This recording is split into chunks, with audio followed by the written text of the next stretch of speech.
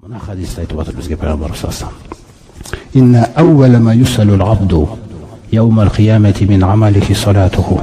Сөзсіз құлдың қиямет күні амалдарының ішінен, еңбектерінің ішінен ең әуелі сұралатын нәрсесі салатуху дейді. Намазы дейді. Қараңыздар. Намаз деген Алла Тағаламен байланыс. Намаз болса адам тірі деген сөз. Тірі. Қараңыз.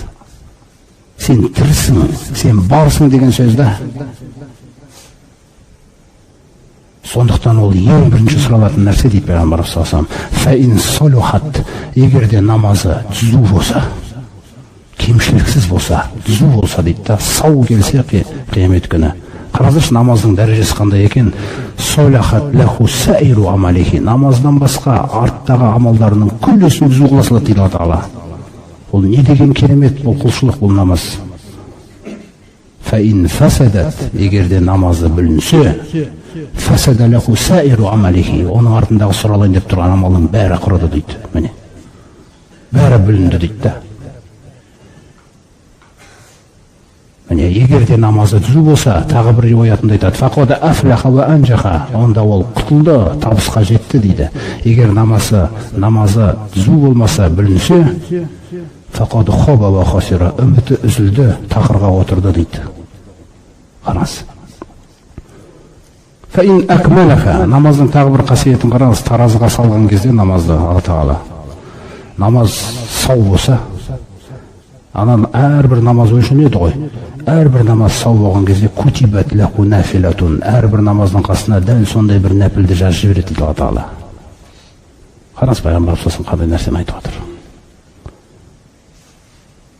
Ваин канан туқиса мин фаридатихи шейун. Егер де парыз намаздарында дейді кемшіліктер, нұқсандар болып қалса, Алла Тағала өзінің рахымдылығымен жаңағы періштелерге айтады дейді. Унзуру, қараңдар, хал таджидуна ли абдин мин татаввуин. Құлымның парыздан басқа атқарған нәпілдері бар ма екен деп. Юкаммалу биха ман туқиса мин фаридатихи. Сол нәпілдері арқылы ана парыздан кемеген нәрселерін толтырайық деген. Сонда нәпілдің мақсаты, құрметті жамағат, оқып жүрген нәрселердің көбісі. Парыздағы кемшіліктерді толтырға жетсе, жақсы да қияметте, жетсе соған. Қараңыз қандай нәрсе. Міне осылайша есеп болады да.